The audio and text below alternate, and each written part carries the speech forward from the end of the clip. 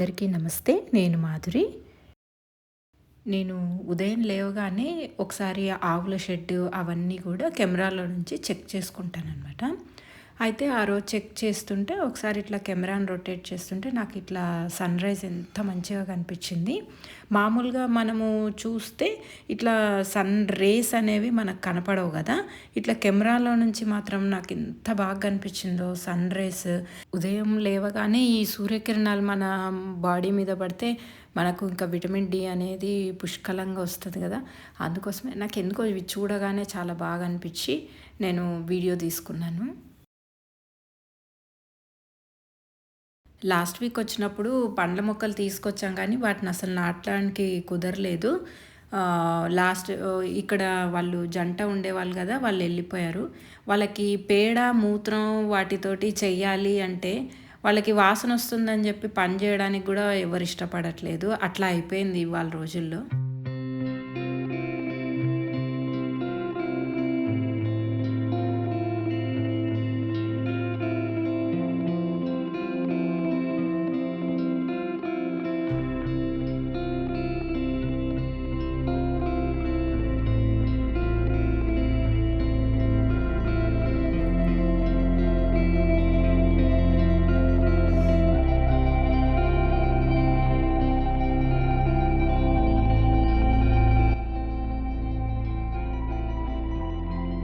మేము ఫామ్‌కి అనుకోకుండా వచ్చాము ఇక్కడికి.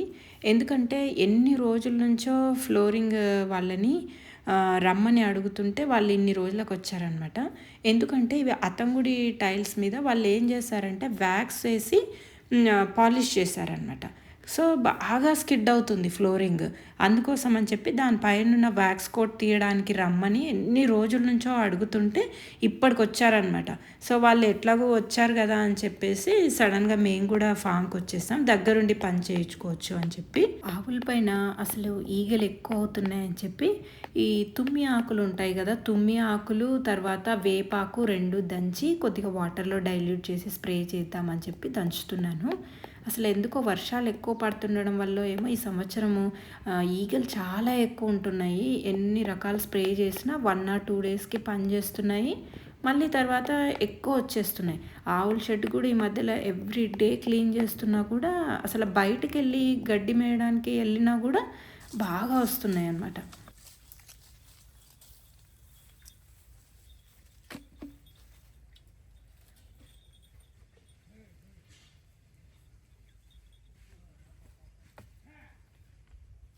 చిన్న స్ప్రేయర్ ఏది లేదనమాట. పెద్ద స్ప్రేయర్ ఉంది. ఇంకెందుకులే అని చెప్పి బాటిల్‌లో పోసేసి జస్ట్ బాటిల్‌కి హోల్స్ చేసి స్ప్రింకిల్ చేద్దామని చెప్పి దాంట్లో పోసుకుంటున్నాను.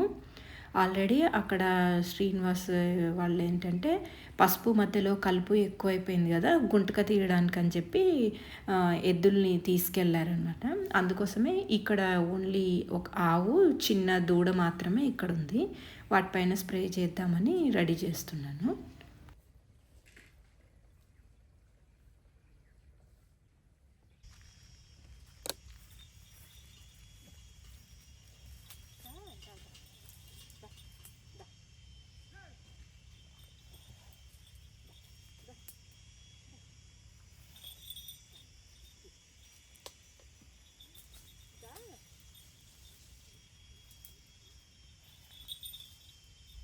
చేతిలో బాటిల్ ఉండేసరికి మరి ఏం చేస్తారో అని అసలు భయపడి పోయించుకోవడానికే దగ్గరికి రావట్లేదు. శ్రీనివాస్ వాళ్ళు ఉంటే ఒకళ్ళం పట్టుకుంటే ఇంకొకళ్ళము స్ప్రే చేసేవాళ్ళము. ఇంకా అసలా ఒక్కదాన్నే ఉన్నా కదా అసలు చేయించుకోనే లేదు. మళ్ళీ వీళ్ళది పని అయిపోయిన తర్వాత మళ్ళీ స్ప్రే చేద్దాంలే అని అట్లాగే వదిలేసాను.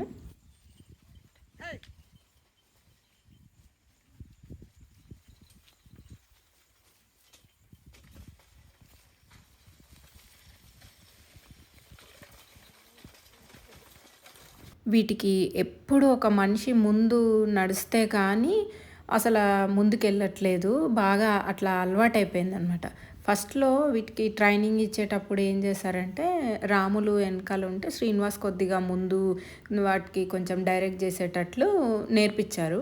ఇంకా ఆ రోజు నుంచి ఇంకా అసల అట్లాగే ఎళ్తాయి. ముందు మనిషి సపోజ్ అవతల లేన్‌కెళ్లారనుకోండి టక్కున అటే మళ్ళిపోతున్నాయి.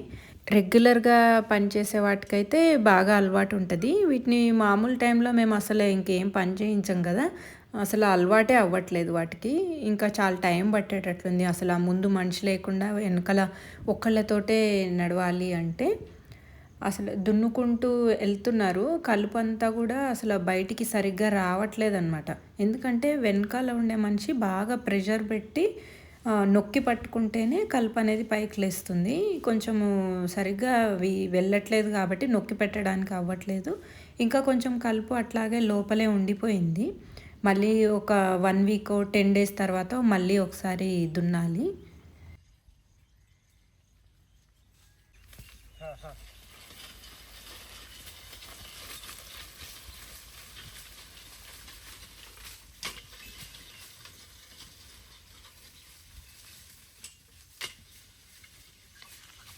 ఇదంతా గూడా దున్నిన తర్వాత ఇట్లా ఉంది. అంతకుముందుకు చాలా కలుపుండింది గదా! ఒక వరుస అయిపోయింది. మళ్ళీ నెక్స్ట్ వరుస దున్నుతున్నారు. పసుపు అనేది మేము చాలా ఇయర్స్ నుంచి గూడా మామిడి తోటలో అంతర పంటగా వేసుకుంటూ వస్తున్నాము. ఎందుకంటే మామిడి చెట్ల మధ్యలో పార్షియల్ షేడ్ వస్తూ ఉంటది గదా! కొద్దిసేపు ఎండ, తర్వాత నీడ వస్తూ ఉంటది కాబట్టి క్రాప్ బాగొస్తదని చెప్పి ఇంకా వేరే క్రాప్స్ వేసుకోవడానికి కూడా మాకు ఛాన్స్ లేదు. ఫస్ట్‌లో అయితే అన్నీ వేసుకునేవాళ్ళం. పల్లీలు తర్వాత అన్నీ వేసుకునేవాళ్ళం. కానీ ఇప్పుడు ఛాన్స్ లేదనమాట. నీడ ఎక్కువైపోయింది. ఈ పసుపు మధ్యలోనే అక్కడక్కడ మీకు ఇంతకుముందు కూడా చూపించాను కదా వీడియోస్‌లో బంతి, టమాటా పెట్టుకున్నాము. బంతి పువ్వులు రావడం స్టార్ట్ అయింది. మేబీ దసరాకు రావచ్చు అని అనుకుంటున్నా. అంటే ఆల్రెడీ పువ్వులు అక్కడక్కడ వస్తున్నాయి. బట్ మొత్తంగా ఒకేసారి వస్తే మనకు ఒకసారి వాడుకోవడానికనేది ఉపయోగపడతది.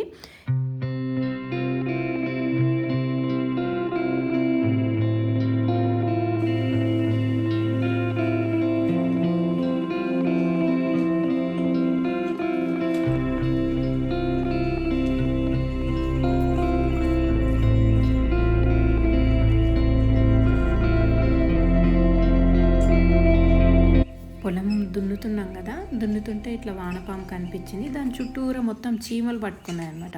వానపాము హాఫ్‌కి కట్ అయిపోయినా బతుకుతది గానీ, చీమల బారిన పడిందంటే అసలు బతకదు. అందుకోసమని అక్కడి నుంచి తీసి వేరే ప్లేస్‌కేసాను. దున్నిన తర్వాత బాగా భూమి చల్లగున్నట్టుంది. టైసన్ బాగా పడుకొని ఎంజాయ్ చేస్తుంది. అక్కడ ఫామ్ హౌస్‌లోనేమో ఫ్లోరింగ్ వాళ్ళంతా క్లీన్ చేస్తున్నారు. ఇక్కడ ఇంటి ముందు జస్ట్ డోర్ ముందు ముగ్గేసుకుందామంటే ఇంతకుముందు అంతా ఇక్కడ సిమెంట్ పడి ఫస్ట్ అంతా అతుక్కుపోయిందనమాట. అక్కడ కొంచెం క్లీన్ చేయమని చెప్తున్నాను. వాళ్ళ చిన్న ఇన్‌స్ట్రుమెంట్ ఉంటది గదా! దాంతో ఆ మిషన్‌తో చేయమని చెప్తున్నాను. బట్ కొంచెం వరకు బెటర్‌గానే వచ్చింది. ఇంకా అయితే పూర్తిగా అయితే ఏం క్లీన్ అవ్వలేదు. సడెన్‌గా తోటలో దోమలు చాలా ఎక్కువైపోయినాయి. అసలు ఎట్లా కుట్టినాయంటే, అసలవి కుట్టిన తర్వాత కూడా ఇంత లావు వాచిపోతున్నాయి మొత్తము. అసలు అతుక్కుపోతున్నాయి బాడీకి అసలకి.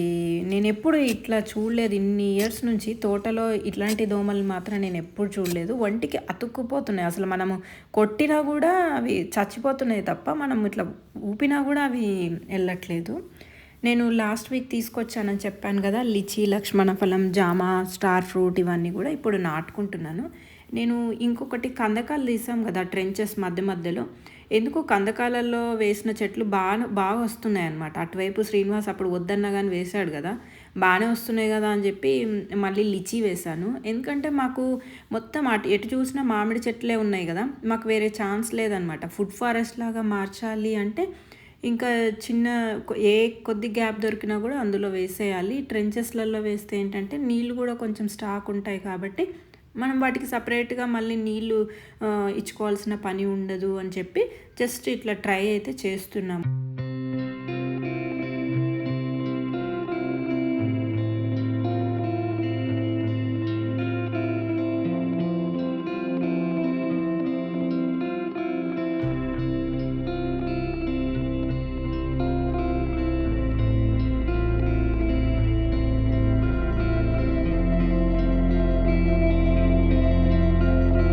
తోటలో లిచీ మొక్క నాటడానికి ఇన్ని రోజుల టైం పట్టింది. నాకు ఇప్పుడు దొరికిందనమాట లిచీ. అందుకే వేసుకున్నాను. ఇక్కడ మేమేం జేస్తున్నామంటే, నేల ములక్కాయలు అని అంటారు గదా! మరి ఎవరు ఏ ప్రాంతంలో ఎట్లా పిలుస్తారో తెలీదు కానీ, ఇక్కడైతే మేము ముళ్ళ వంకాయ అని అంటాము. కొంతమందయితే నేల ములక్కాయ అని అంటారంట. వాటి హెల్త్ బెనిఫిట్స్ అనేవి చాలా మంచివి అనమాట. ఇప్పుడు వర్షాకాలంలో సహజంగా వస్తాయన్నమాట. ఇలాంటి వాటిని మనం అస్సలు వదలకూడదు. అందుకోసమే నాకు వీటి గురించి ఐడియా లేకపోయినా కొద్దిగా శ్రీనివాస్‌ని అడిగి తెలుసుకున్నాను. వాళ్ళు కూడా చేసుకుంటారంట. అంటే సరే కొన్ని తీసుకెళ్దాము ఉన్నాయి గదా! ఎందుకు వదిలేయాలి? ఇట్లా సహజంగా పెరిగిన పంటల్ని మనం ఎందుకు వదిలేయాలి అని తీసుకుంటున్నాను. మీకిక్కడ కనిపిస్తున్నదేమో కొండపిండి కూర అనని అంటారంట. ఇక్కడ వాళ్ళైతేనేమో లోకల్‌గా వాళ్ళు అడవి పాలకూర అని అంటున్నారు. కొండపిండి ఆకంట కూడా ఇదేనా?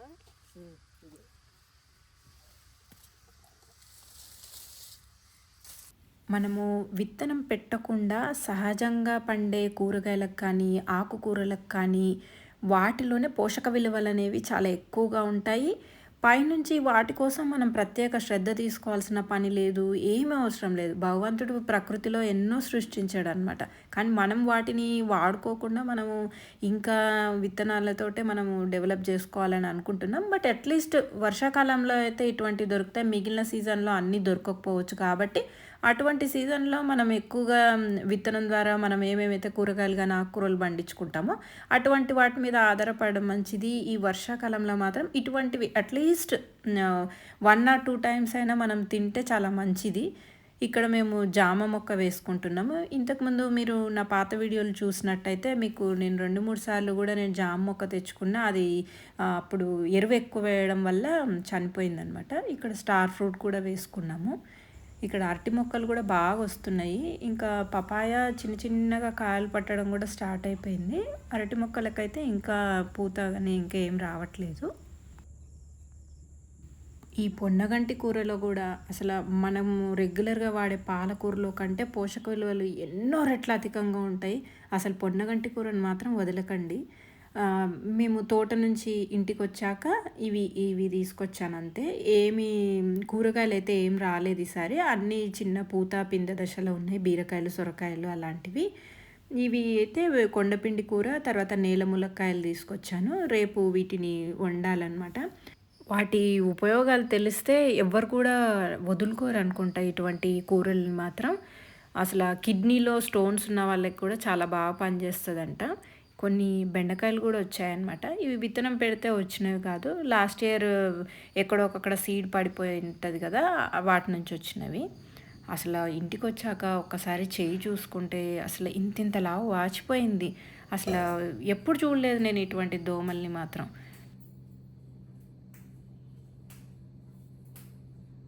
నెక్స్ట్ డే నేను ఈ ఆకునంతా ఒలిచిపెట్టుకుంటున్నాను. ఇవాళ మేము జొన్న రొట్టె, తర్వాత డిన్నర్‌కి ఈ కొండపిండి కూర చేద్దామని అనుకుంటున్నాను.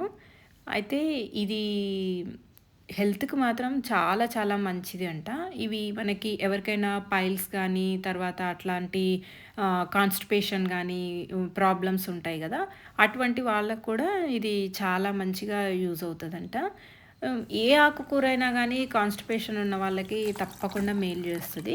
ఎస్పెషల్లీ ఇలాంటి వాటిల్లో ఫైబర్ అనేది చాలా ఎక్కువుంటది. మనకి రెగ్యులర్‌గా వాడే పాలకూర వాటికంటే కూడా ఇవేంటంటే కొంచెం ఆకు తిక్కుగా ఉండడం వల్లేంటి ఫైబర్ క్వాంటిటీ అనేది మనకి ఆబ్వియస్‌గా ఎక్కువనే ఉంటది కాబట్టి, ఇలాంటివనేవి వాడుకుంటే చాలా మంచిది.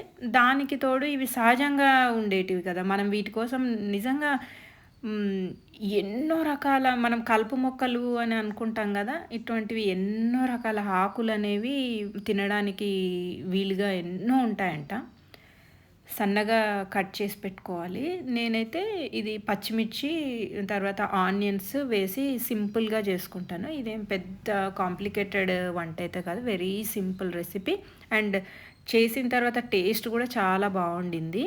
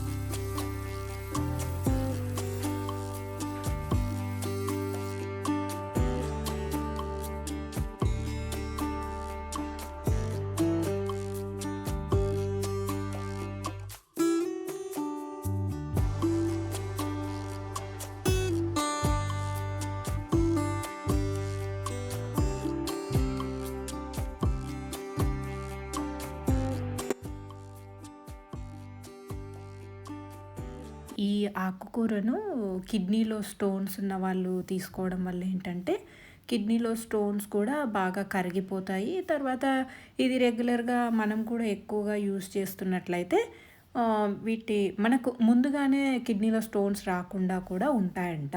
పైసా ఖర్చు లేకుండా ఇవి ప్రకృతి సిద్ధంగా పండుతాయి. మళ్ళీ తర్వాత మనము కూడా ఈజీగా ఎక్కడైనా దొరికితే రోడ్ల పక్కన కానివ్వండి, తర్వాత ఎక్కడైనా సరే ఇవి పండితే తీసుకొచ్చుకొని తింటే మనకు కూడా ఆరోగ్యాన్ని ఇస్తాయంటే ఎందుకు వదులుకోవాలి? మనకు ఒక్క రూపాయి ఖర్చు పెట్టకుండా మనకి ఆరోగ్యాన్ని ఇస్తే మనం ఎందుకు వదులుకోవాలి?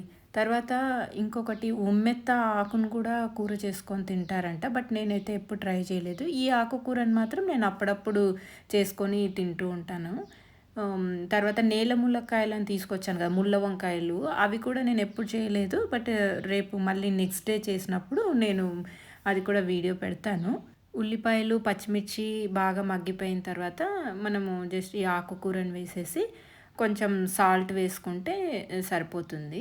ఇంకా వెరీ ఈజీ. నేనైతే కొంచెం ఎండు కొబ్బరి యాడ్ చేశాను. కొంచెం వాటర్ కూడా వేశాను. ఎందుకంటే ఇది ఆకు కొద్దిగా థిక్‌గా ఉంది. ఉడకడానికి కొద్దిగా టైం పడతదేమో అని కొంచెం వాటర్ వేశాను. ఎక్కువ వేయలేదు. కొద్దిగా వాటర్ వేసి ఉడకపెట్టుకుంటే కొంచెం కొబ్బరి పొడి గానీ, ఏదైనా ధనియాల పొడి గానీ అట్లా వేసుకొని తింటే చాలా బాగుండింది అసలు కూర మాత్రం.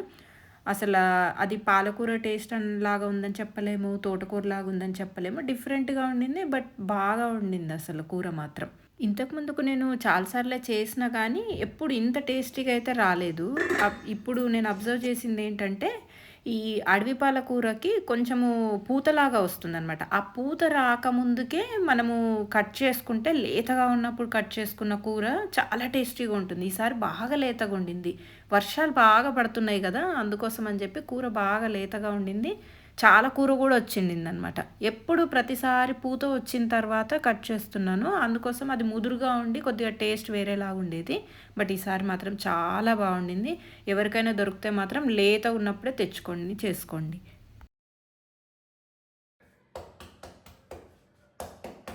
మాకు చిన్నగా ఉన్నప్పటి నుంచి కూడా జొన్న రొట్టె తినడం కానీ, చపాతీలు కానీ, తర్వాత ఉప్మా నైట్ టైం అట్లా తినడం అలవాటైపోయిందనమాట.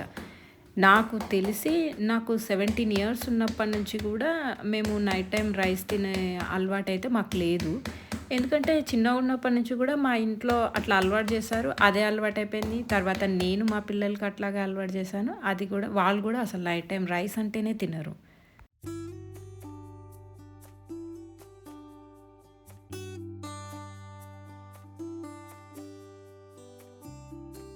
డిన్నర్ ఎంత అర్లీగా తింటే అంత మంచిది.